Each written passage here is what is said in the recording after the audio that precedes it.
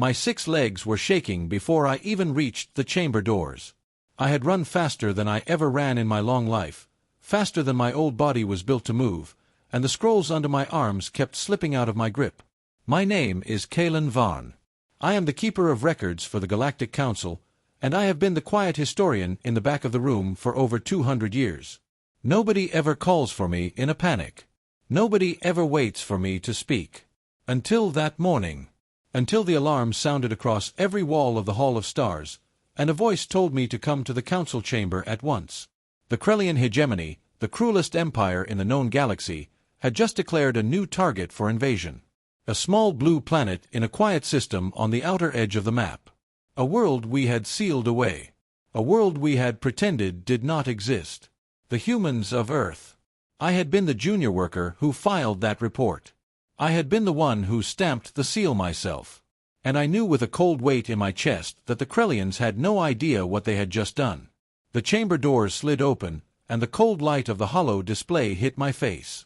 The Krellian envoy was already in the center of the floor, standing tall on his armored legs, speaking with that smug tone his people always used when they wanted everyone to feel small. I saw the faces of the other ambassadors around the wide ring of seats, the tall Vorn ambassador with his silver fur, the floating Ethel speaker with his soft glowing light, the reptile envoys from the southern arm, the water beings from the Trail Sea. All of them were quiet. All of them were waiting. The Krellian was announcing his fleet. 400 ships of the strongest class, already in motion, already crossing the dark gap between stars on their way to Earth. I dropped my scrolls. I did not mean to. They just fell from my arms because my arms had stopped working. The sound of them hitting the smooth floor echoed across the whole chamber, and every head turned toward me. The Krellian envoy looked at me the way a hunter looks at a small creature in the grass. He gave a slow, low laugh, the kind that rattled in his throat plates. "The historian has arrived," he said. "Perhaps he wishes to record our victory before it even happens." I did not laugh back. I did not bow. I did not greet the chamber the way I had been trained to greet it for 2 centuries. I walked to the open floor, my legs still shaking, my breath still short, and I said the words I had been holding inside me from the moment the alarm rang. "Pull your fleet back. Pull it back now, before it is too late for every one of your soldiers." The chamber went still. Even the Ethel speaker's glow dimmed for a moment. The Krellian envoy tilted his head and clicked the plates of his jaw together in what I knew was amusement. "You wish to save us, historian," he said, "from a planet of soft creatures who still burn fuel to fly? From a world that does not even have proper engines for the deep dark?" "From yourselves," I said. I felt every eye in the chamber on me. I could hear the soft hum of the recording crystals as they captured every word. I had spent my whole life in the shadows of these meetings, taking notes, writing footnotes, keeping the long memory of our people safe. I had never stood in the center of the floor. I had never asked the chamber to listen to me. And now I was about to say the thing that had been written in a sealed file for 200 years. The thing the survey team had begged us to never speak of. The thing I had stamped with my own seal when I was young and proud and certain that we had made the right choice. "The world you call a backwater," I said, "is under a quarantine seal. A Class 9 seal. The highest seal we have ever placed on any planet in the known galaxy. Do you know what that seal means?" The Krellian envoy waved a clawed hand. "It means they are small. It means they are weak. It means no one bothered with them because they had nothing worth taking." "No," I said. "It means the opposite of all those things." The Speaker of the Council, an old being of soft folded skin and 3 calm eyes, leaned forward in his seat. He had always been kind to me. He had read my reports when no one else did. He spoke now in a slow, careful voice. "Kalen," he said, "what is in the file?" I closed my eyes. I felt the room waiting. The Krellian envoy made a soft hissing sound as if he was bored, but I could tell he was listening, too. They were all listening. And so I told them. I told them what the survey team had found when they first went to that little blue world. I told them about a species that did not grow the way other species grew. A species that did not learn through gentle steps.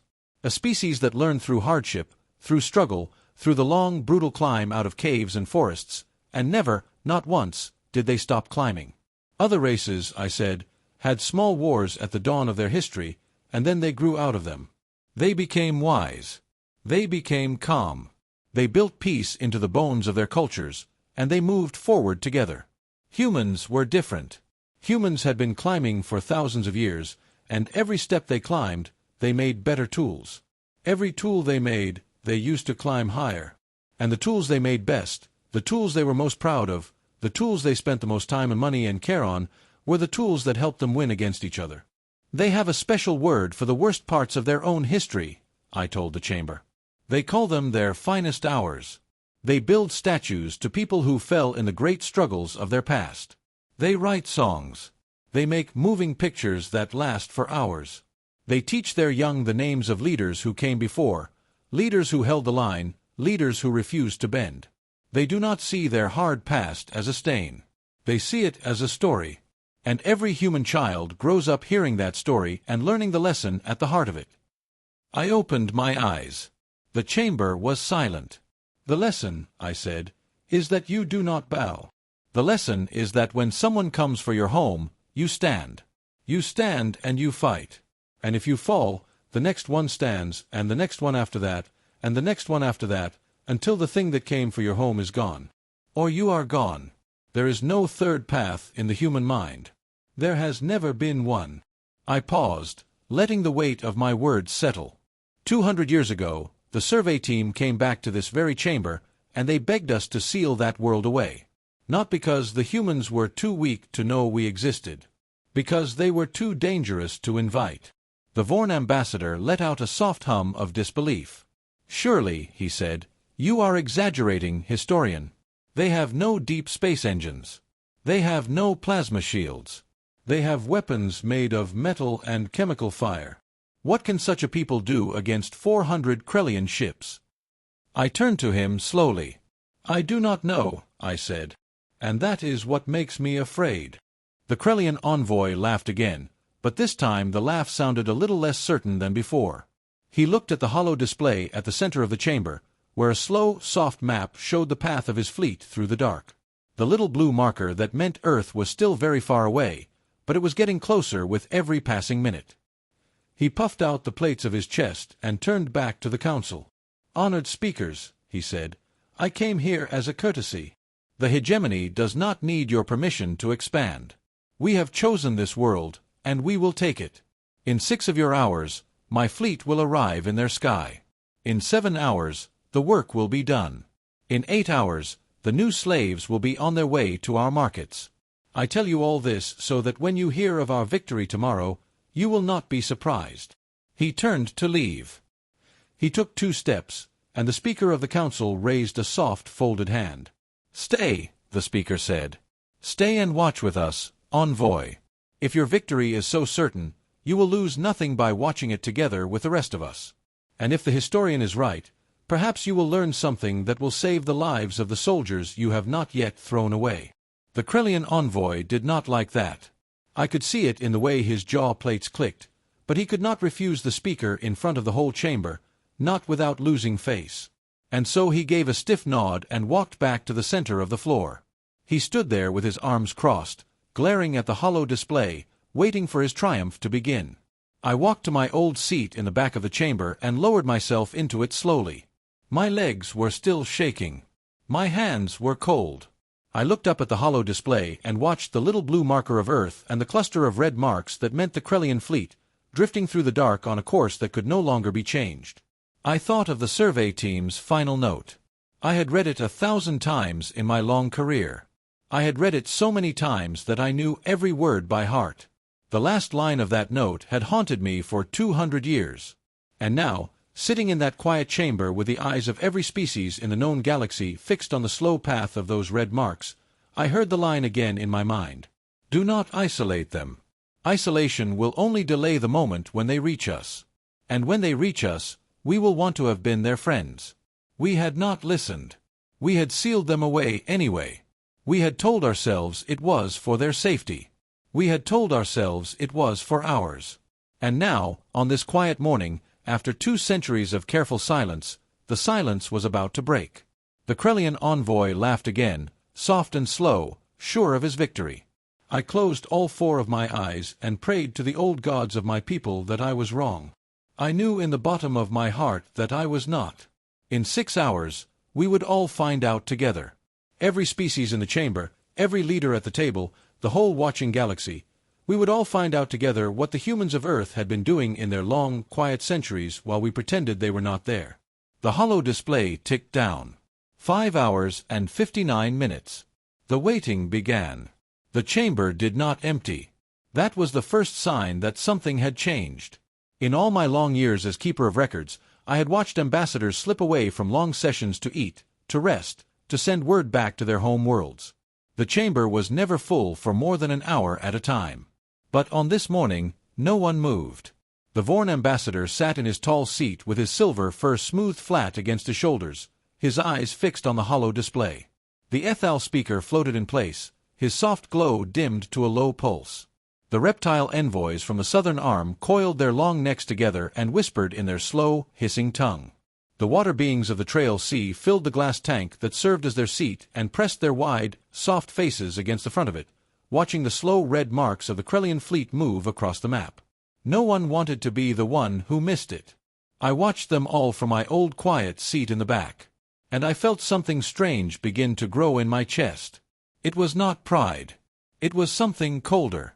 It was the feeling of being right about a thing you very much wanted to be wrong about. A young aide from the kitchens entered the chamber with a tray of warm cups. He moved slowly between the seats and offered drinks to anyone who wanted them. Most of the ambassadors did not even notice him. The Krellian envoy waved him away without looking. When the aide reached me, I took a cup with one of my middle hands and held it between my palms. The warmth helped a little. Not much, but a little. "Honored historian," the aide said in a quiet voice. "Is it true what they are saying in the halls? That the small blue world will fall before the sun sets?" I looked up at him. He was young. His face was open and curious in the way the faces of the young always are. He did not know yet that the universe was old and strange and that small worlds sometimes hide the largest secrets. "Wait and watch with the rest of us," I said. "And remember what you see today. You will tell this story for the rest of your life." He bowed his head and moved on with his tray. I sipped the warm drink. My hands were still cold. At the front of the chamber, the speaker turned to one of his junior aides and gave a soft instruction. The aide nodded and tapped at a small panel. The holo display shifted. The map of the stars zoomed in. The slow, drifting view of the deep dark was replaced by something closer, something more detailed, a picture of the small blue world itself, Earth, as seen from the deep eye of one of our long-range watchers. I leaned forward in my seat. The image was beautiful in a way that took me by surprise. The world was wrapped in white swirls of cloud. The seas were a soft, deep blue. The lands were brown and green and gold. I had read the survey reports many times, but I had never let myself look at the planet for very long. It had felt wrong to look. It had felt like staring at a sleeping creature you had been told not to wake. But now the creature was about to wake on its own. And the whole chamber was watching the slow sweep of clouds across its face. "It is so small," whispered the Vorn ambassador. "They are all small," said the Ethal speaker softly. "Until they are not." The Krellian envoy gave a sharp click of his jaw plates. "Sentiment," he said. "Sentiment over a target world. This is what the Council has become. Soft speakers and old historians and creatures who cry over rocks." The speaker did not turn his head. He simply said in a calm voice that carried across the chamber, "Watch the screen, envoy. Watch and learn." The Krellian fell silent. He did not like being spoken to that way, but he watched. Hours passed. The red marks on the side of the display continued their slow march. I do not remember much of what was said in those hours. The ambassadors traded quiet words. Reports came and went. A messenger arrived from the eastern arm with news that did not matter. A trade dispute was raised and quickly set aside. The whole chamber was waiting for the same moment, and no one wanted to admit it. Finally, when the count showed only 30 minutes remaining, the speaker raised his hand again. "Open all channels," he said. The aides moved quickly. The holo display split into many small windows. One showed the Krellian fleet. One showed Earth. One showed the wide, deep gap of space between them. One showed a soft feed from the Krellian command ship, where the fleet master sat in his high chair and gave orders to his captains. Another showed a quiet feed from one of our deep watchers, a tiny machine we had placed in the Sol system many decades ago, hidden behind a moon, set to record everything that happened in that part of the dark. I had not known that watcher was still active. I made a soft sound of surprise. The speaker turned to me. "You did not know, historian?" "No," I said. "It was a quiet order," he said. "Made long before my time. Made just after the seal was placed. The council wished to know if the small blue world ever began to wake. We placed the watcher there, and we never turned it off." "And what has it seen?" I asked. The speaker gave me a long, calm look with his 3 calm eyes. "Many things," he said. "Many things that I would now like the whole chamber to see." He gave another soft instruction to his aides. The watcher's old archive began to play. The chamber watched together as the small blue world spun on the screen, year after year, decade after decade, all the way back to the time of the survey. We saw lights grow in the dark sides of the continents. We saw bright moving shapes climb into the high air. We saw small silver things lift off from the ground and reach toward the moon. We saw shining metal arms unfold in low orbit. We saw bright lines of light cross the night side of the planet in patterns that looked, from far away, like the patterns of a great web. I leaned closer. The web was familiar. I had seen something like it before. "Speaker," I whispered. "Speaker, what are those lines?" The speaker did not answer at once. He let the watcher's old archive run. The picture sped forward. The web grew thicker. The lights on the dark side of the planet grew brighter. Small bright marks began to appear in the high orbit. More and more of them, year by year, until the space above the small blue world was thick with quiet, shining things that the watcher could not name. "They have been building," the speaker said quietly. "For how long?" asked the Vorn ambassador. "For as long as the watcher has been recording," said the speaker. 200 years. They have been quietly building in the dark above their own home. They never told us. They never reached out. They simply built. As if they were preparing. As if they were waiting. The Krellian envoy gave a loud bark of laughter, but it was thinner now. It did not fill the chamber the way his laughter had before. "Preparing for what?" he scoffed. "Pretty lights in the sky. Toys in orbit. Children's playthings. My fleet master will scrape them all off the face of that little world in the first hour. You will see." The speaker turned to him very slowly. "Yes," he said. "We will see." The display ticked down. 10 minutes. 5 minutes. The whole chamber leaned forward. I do not think any of us were breathing. The little red marks of the Krellian fleet were now so close to the little blue marker of Earth that they almost touched. The fleet master on the command feed gave a sharp order. His captains answered. The first wave of ships began to slow and turn and form into the wide arrow shape the Krellians always used when they entered a new sky. And then the small blue world did something none of us expected. It spoke. Every channel on the holo display lit up with the same signal at the same moment. Every frequency, every wavelength, every band of sound and light and quiet wave that the council had ever measured. The signal poured into the chamber from every direction. The aide scrambled to turn the volume down before it broke the listening crystals. The signal was a voice. Or rather, many voices. Many voices speaking in many tongues, all saying the same single word over and over, calm and clear and certain. "No." The Krellian fleet master heard it. His face on the command feed turned a deep, dark color. He gave a sharp order to his communications officer. The officer reported that the signal was being broadcast from every part of the small blue world, from every continent, from every great city, from every quiet village and lonely island, from the high orbit, too, from the dark side of the moon, from places the Krellians did not have on their maps and had not even thought to scan. "No." The fleet master grew angry. He ordered the standard speech to begin. The speech that had broken 100 worlds before this one. The speech that promised mercy for those who knelt and pain for those who did not. The speech began to play on every Krellian channel. It blared into the dark above the small blue world in the rough, harsh tongue of the hegemony. The small blue world answered with the same single word. No. And then, while we all watched from the safe quiet of our chamber, the lights of Earth began to wake. I will not forget what I saw next for as long as I am alive. The watchers I caught it all and threw it onto the big, bright display in front of us. The web of lines on the night side of the planet, the lines we had not understood, began to glow. Not soft and pretty. Not gentle. They glowed the deep, bright color of a forge that had been kept burning for 200 quiet years.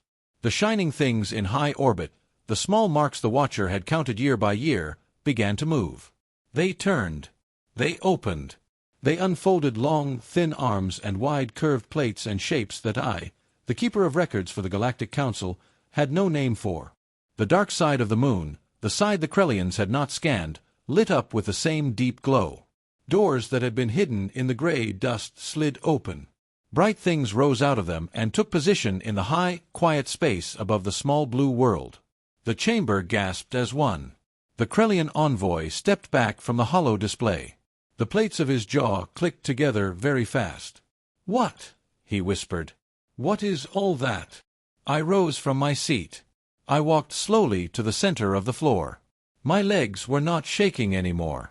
The cold weight in my chest had turned into something else, something heavy and sad and very calm. I stood beside the envoy and looked up at the bright, glowing shapes that had unfolded above Earth. And I gave him the only answer I could give. "That," I said, "is what people build when they spend 200 years waiting for someone to come for their home." The fleet master on the command feed shouted an order. His ships began to break formation. He had seen the lights, too. He had seen the shapes. He could not name them either, but a fleet master does not need to name a thing to know it is a threat. He ordered the first wave to attack. He ordered the second wave to flank. He ordered the third wave to hold the rear and protect the command ship. His captains answered with the sharp clicks of the Krellian battle tongue. The first wave began to move. The small blue world watched them come. And the small blue world did not flinch. The bright shapes in orbit began to turn together, like a great, quiet flower opening its many soft petals to the sun. They did not fire. Not yet. They simply turned. And the watcher caught the movement. And the chamber stared at the screen. And the Krellian envoy made a sound in the back of his throat that I had never heard a Krellian make before. It was the sound of fear. The first wave of his fleet crossed the line. The bright shapes finished turning. The web on the night side of the planet glowed brighter and brighter and brighter still, until the whole dark side of Earth looked like a single great forge ready to pour. And then the small blue world began to answer. Not with a word this time. With everything else it had. The first wave of Krellian ships never reached the high air of Earth.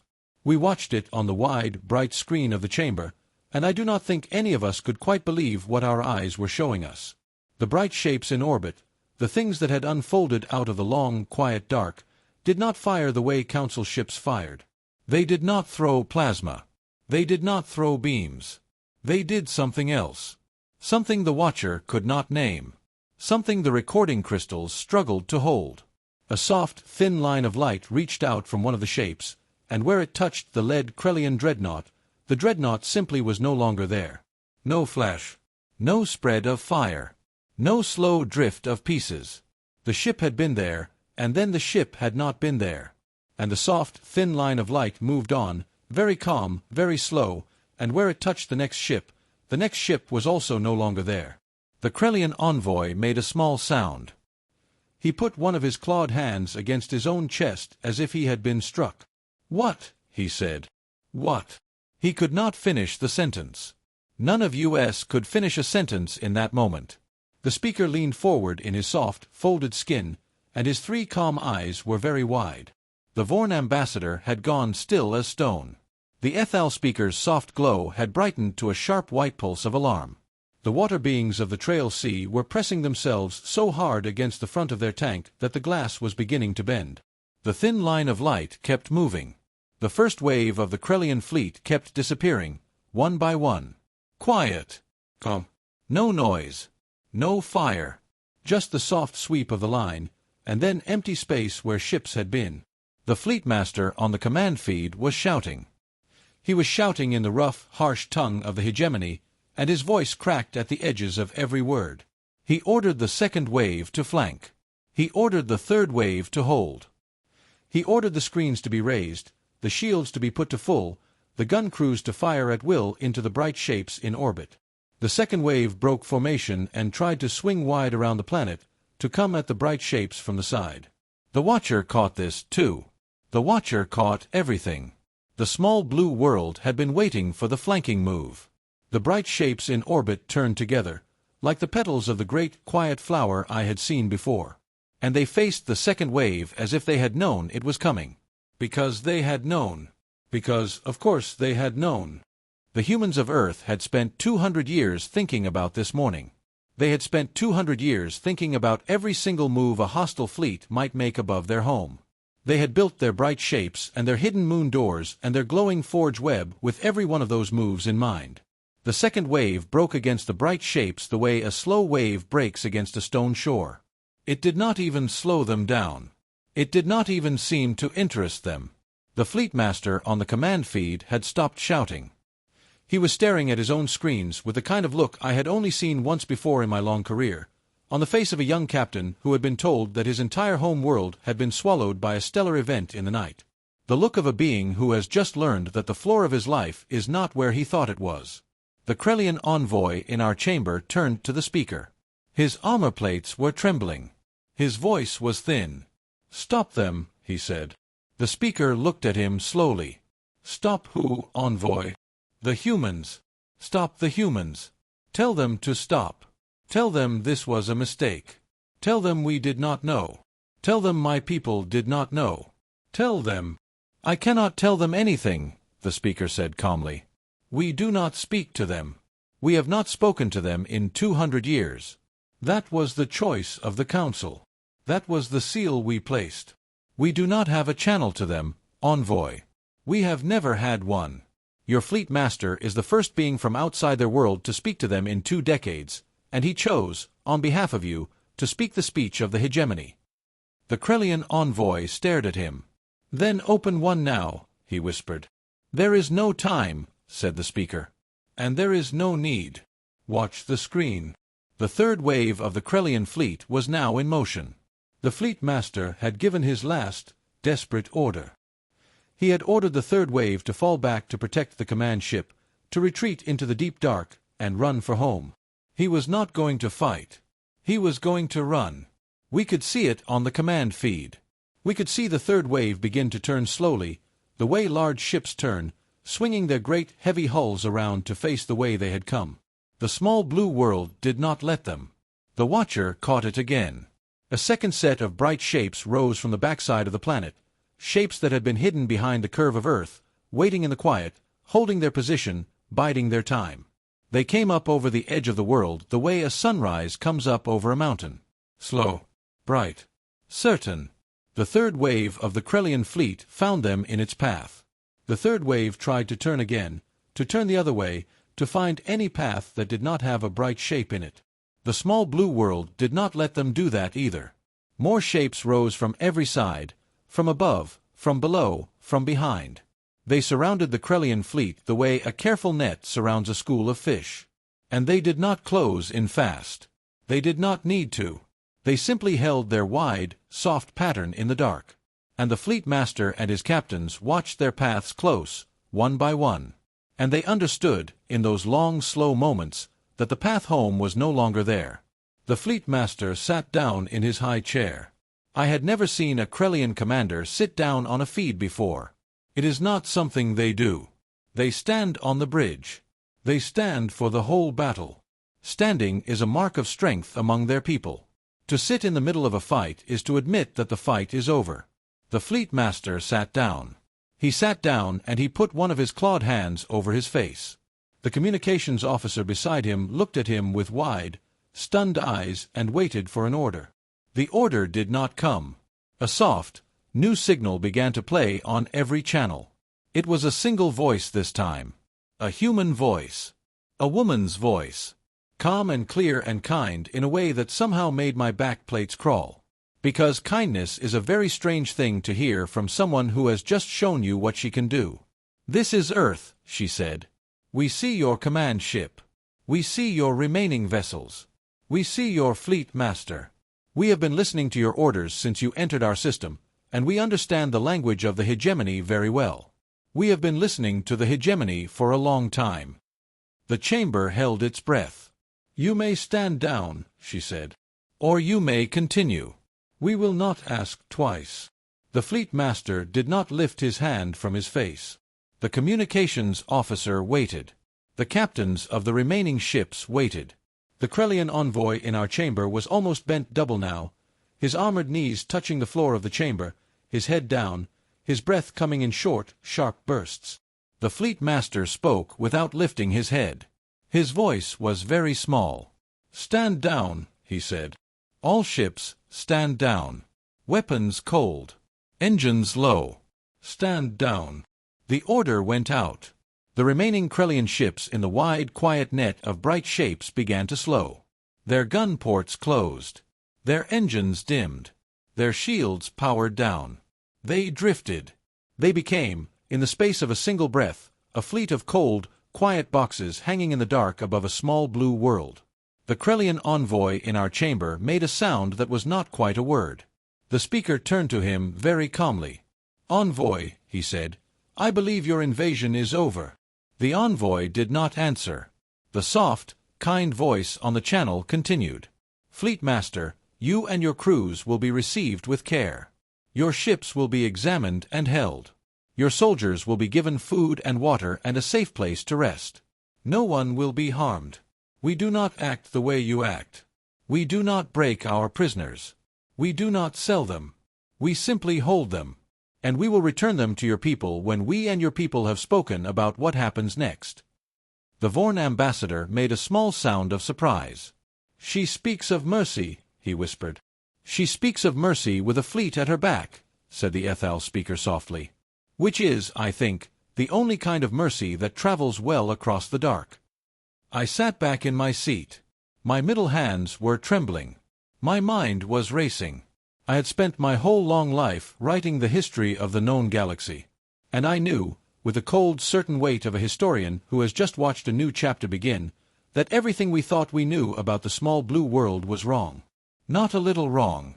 Wrong from the first page. We had thought they were waiting because they were weak. They had been waiting because they were not yet ready. We had thought their silence meant they did not know about us. Their silence had meant they knew about us very well, and they had chosen, with the slow patience of a people who had decided long ago that the universe was a dangerous place, to say nothing while they built. They had built for 200 years. They had built in the long quiet. They had built in the dark side of their moon and the deep cold of their oceans and the high, silent orbit above their own clouds. They had built because they had looked up at the stars and they had decided, with the strange certainty their species seemed to be born with, that someone, one day, would come for their home. And someone had come. And the someone who had come had not done well. The soft, kind voice on the channel was still speaking. She was speaking to the council now. She was speaking to every species that had a seat in our chamber. She was speaking to the speaker himself, by name. And she was speaking to the Vorn ambassador and the Ethal speaker and the reptile envoys and the water beings. And to me, by name. Honored speakers of the Galactic Council, she said. We have heard your meetings. We have heard your reports. We have read your seal. We have known about you for a very long time. We did not reach out because we understood that you did not wish to be reached. We respected your choice. We hope that you can now respect ours. She paused. The chamber was utterly still. Earth wishes to speak. The speaker rose slowly from his seat. The chamber held still. I rose too, without quite meaning to. My old legs did not shake this time. I stood in the center of the floor beside the trembling Krellian envoy, and I looked up at the bright screen, and I thought in the quiet of my own mind about the survey team's final note. The note I had read 1,000 times. The note that had haunted me for 200 long years. Do not isolate them. Isolation will only delay the moment when they reach us. And when they reach us, we will want to have been their friends. The speaker stepped to the center of the floor. He folded his soft hands together in the formal greeting of the council. He looked up at the screen with his 3 calm eyes, and he spoke in a voice that filled the whole bright chamber. Earth, he said, The Galactic Council hears you speak. We are listening. And the small blue world, after 200 quiet centuries, finally answered. The woman on the screen was older than I had expected. Her hair was the soft color of fresh-fallen snow on a high mountain. Her face had the kind of lines that come from a long life of thinking hard about hard things.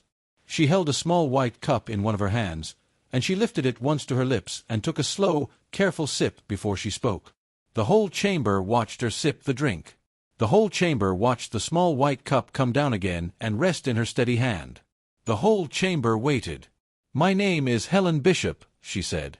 "I am the speaker for the Council of Earth. I am the voice the people of my world have chosen to send to you this morning. I am not a leader. I do not rule. I speak for those who do. You may call me Helen if you wish, or you may call me Speaker, or you may call me by my full name. I will answer to any of them." The Speaker of our Council folded his soft hands tighter. "Helen Bishop," he said, "we hear you.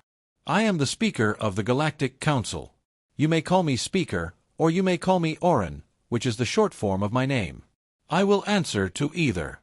"Orin," said the woman on the screen. She tested the name softly, as if she were tasting it. "A good short name. Easy to say. Thank you." She set the small white cup down somewhere out of the picture. She folded her hands together in front of her, the way our own speaker had folded his hands, and the small thing was not lost on me. She had studied us. She had watched us. She had learned our small, careful courtesies.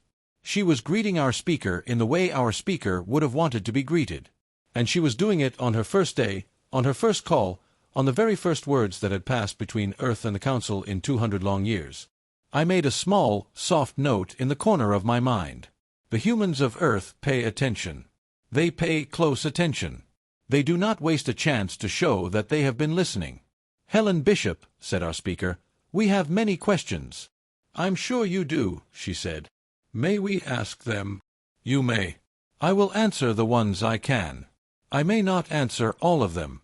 There are things my council has asked me to hold back for now. I hope you will understand. We are new to this. So are you. I think we will both make small mistakes. I would rather make my small mistakes by saying too little than by saying too much." "That is wise," said our speaker. "It is cautious," she said, "which is not always the same as wise, but it will do for today." A soft murmur ran through the chamber.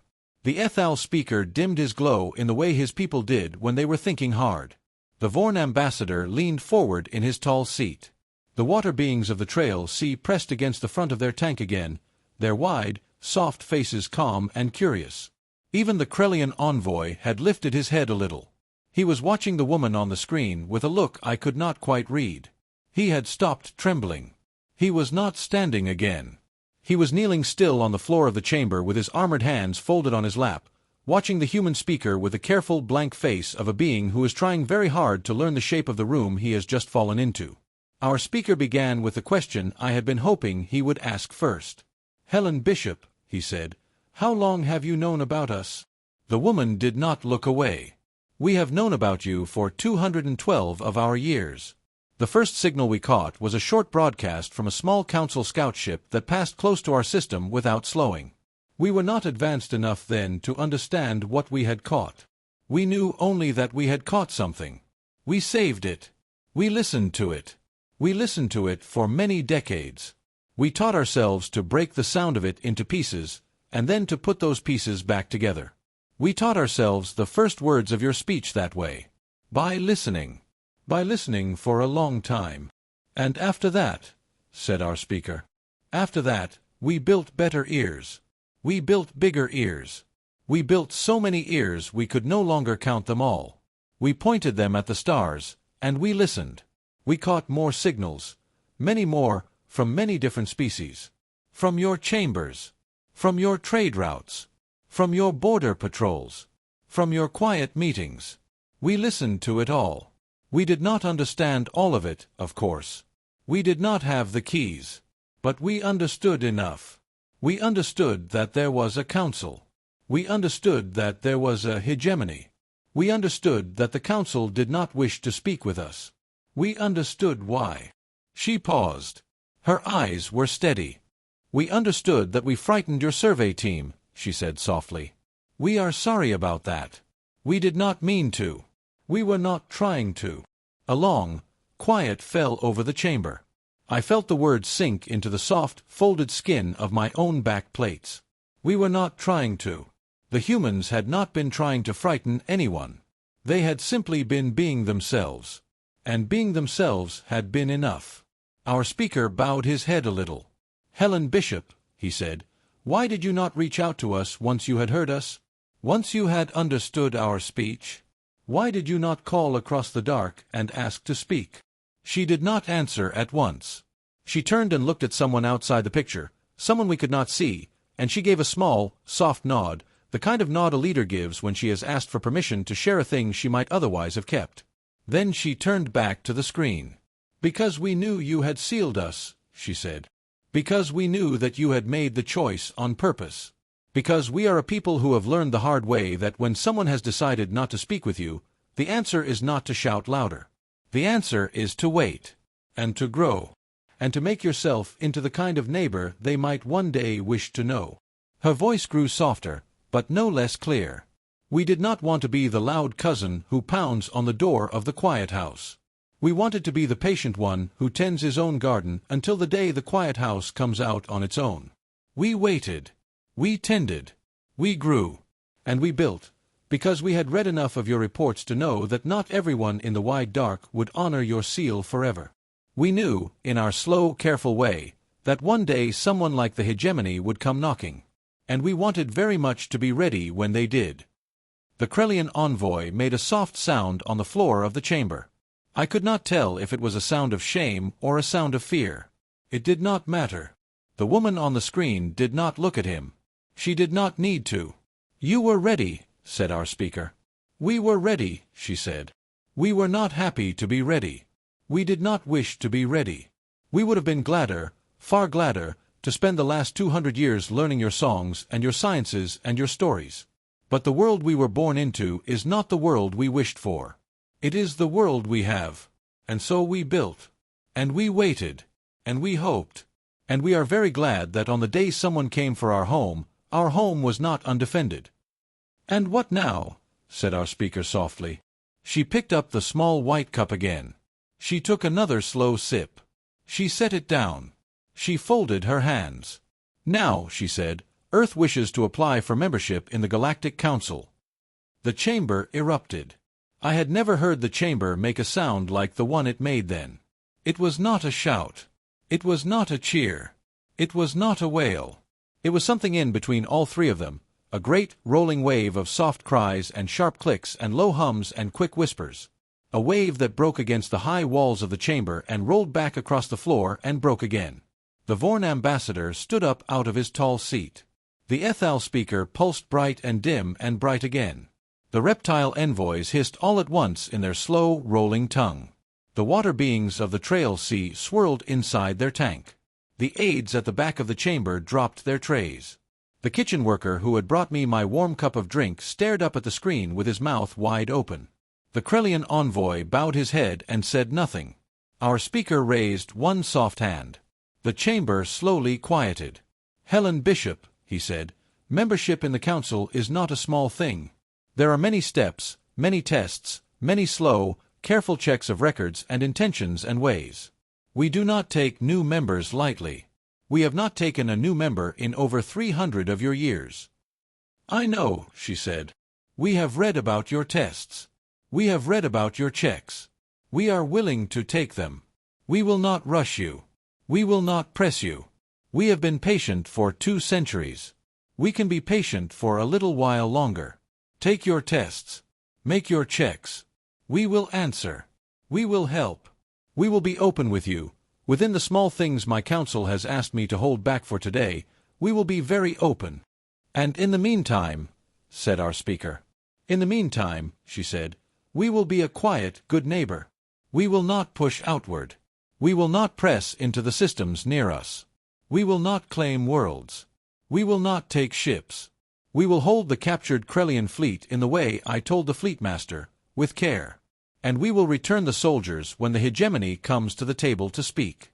We will help any traveler who passes through our part of the dark. We will offer water.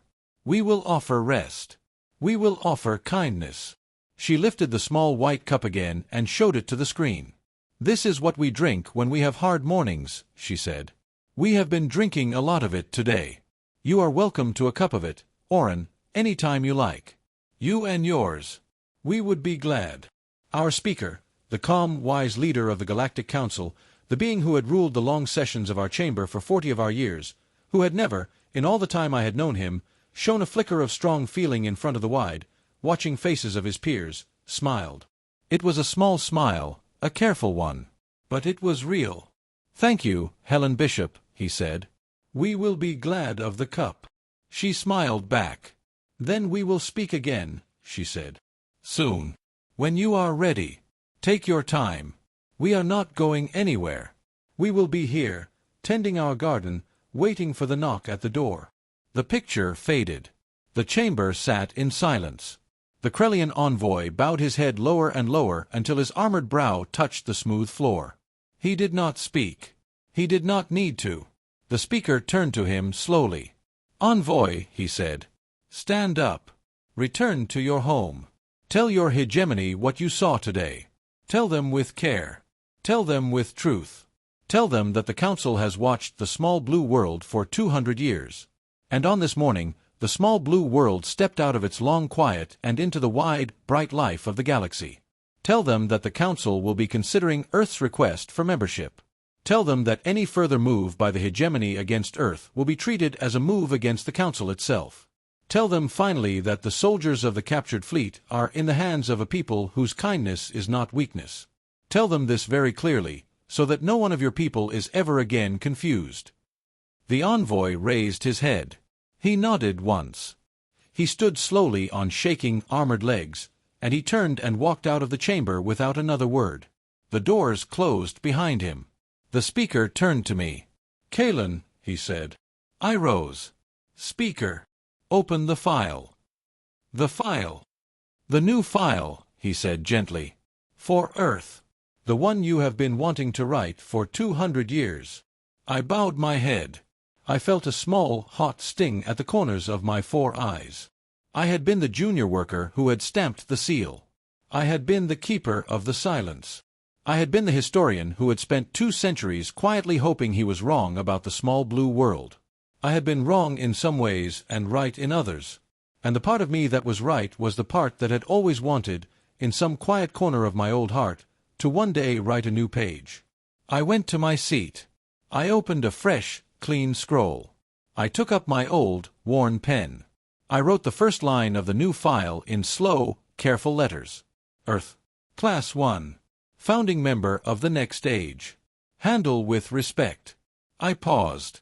I added one more line in the soft, small letters of the deep footnotes, where only historians ever read. We were always the small ones. We just did not know it until now. The next year and a half changed every part of the long, quiet life I had known. I had spent 2 centuries in the calm back rows of the council chamber, writing my long, careful reports, going home each evening to my small, quiet rooms and my small, quiet meals. I had thought in the soft old way of historians that my time of great events was behind me. I had been wrong. Earth's application for membership was the slowest and fastest piece of work I had ever helped to write. Slow because there were so many forms to fill, so many old, quiet rules that no one had used in 300 years. Fast because the humans answered every question with care and speed. They sent us their histories and their sciences and their books and their songs. More material in the first 3 months than the council archives had received from any new member in our long history. All of it open. All of it honest. I read a great deal of it myself. I read their long, careful records of their own past. I read the names of their old leaders and the dates of their old struggles. I read their stories. I read their songs. I read the books their children read at school. I read the small, careful poems they wrote for the people they loved when those people went away and did not come back. And I came to understand the small blue world in a way I had never understood any world before. The humans were not, in the end, a hard people. I had thought they would be. I had thought from the survey reports and the long shape of their past that I would find a people made of stone and iron and old, burned things. I was wrong. The humans were not made of stone. They were made of kindness. A strange, careful kindness. A kindness that had been forged in the long fires of their past.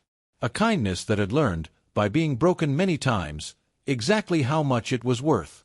They were kind to each other. They were kind to small animals.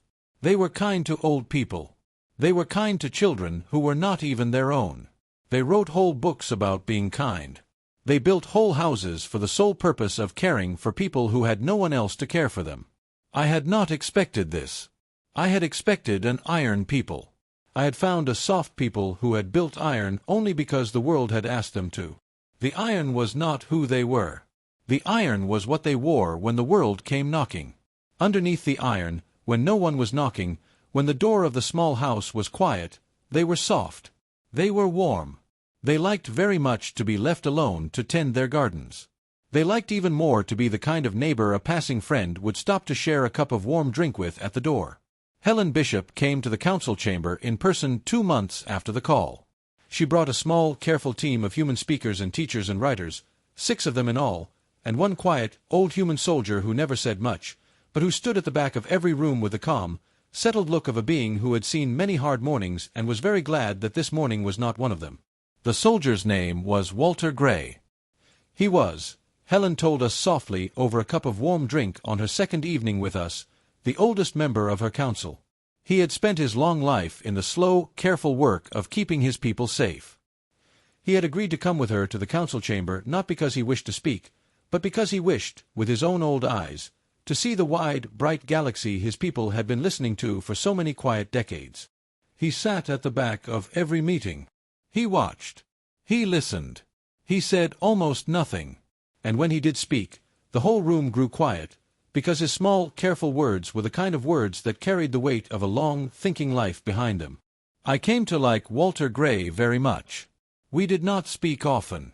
We did not need to. We were both old beings in a room full of younger ones, and we had both spent our lives in the quiet work behind the loud work, and there is a kind of understanding that grows between 2 such beings without the need for very many words.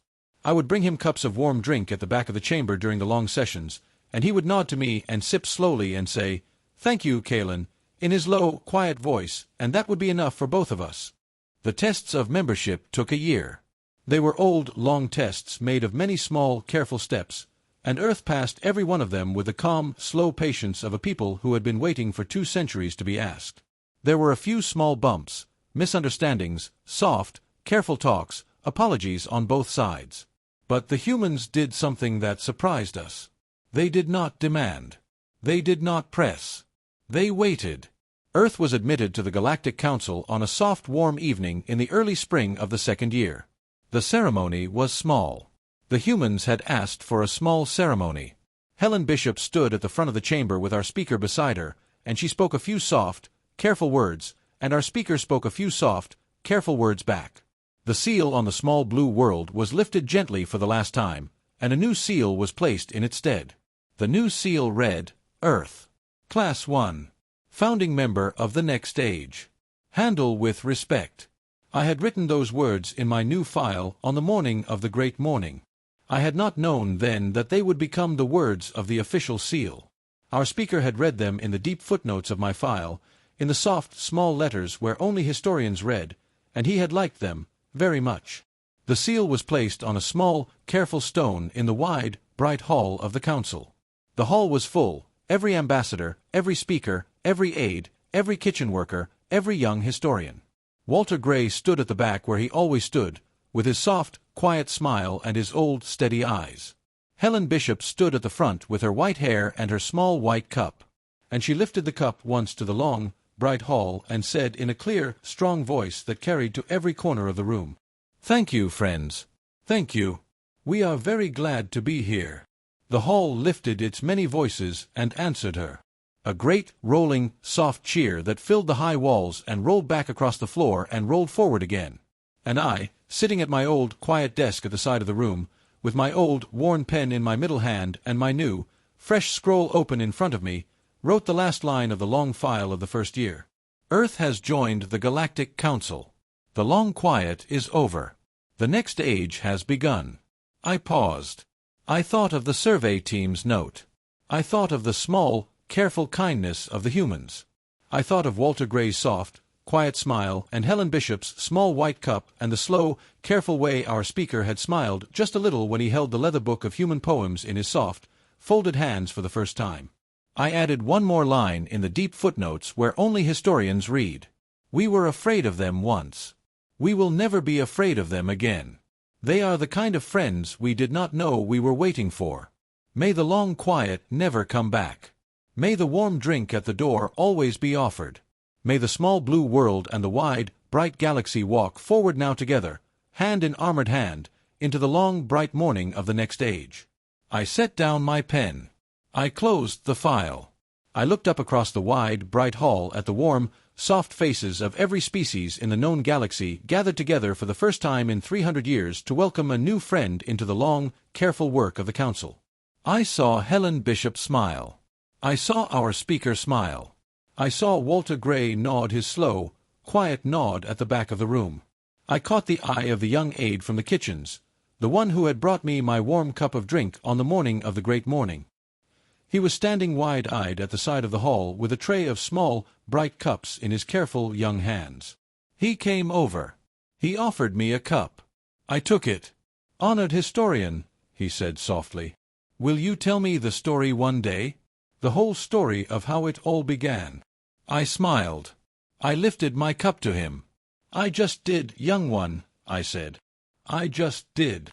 I sipped the warm drink, slow and careful, in the soft, warm light of the evening, in the wide, bright hall of the Council, on the first day of the long, bright morning of the next age.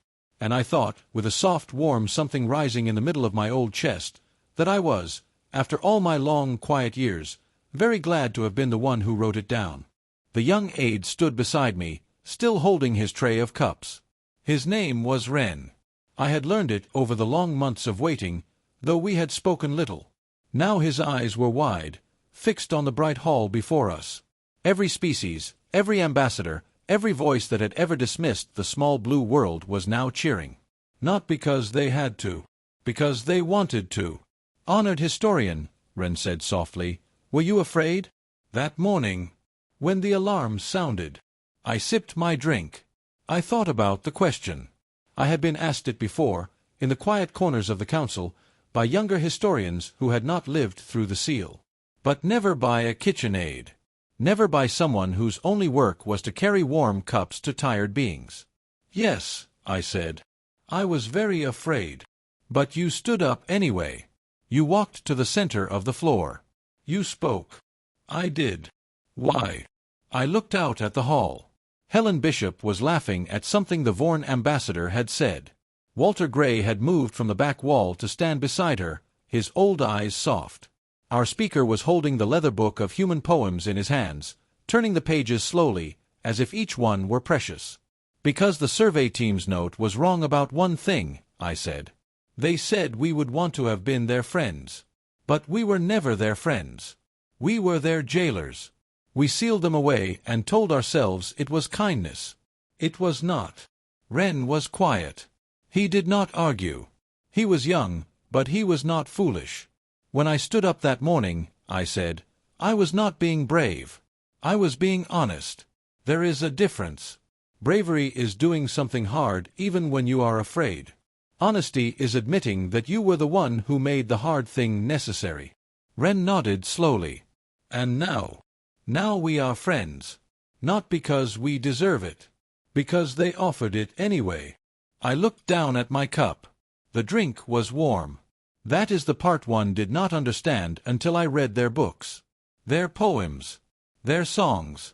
They have a word for what they did. They call it grace. Is that a human word? "Yes," I said.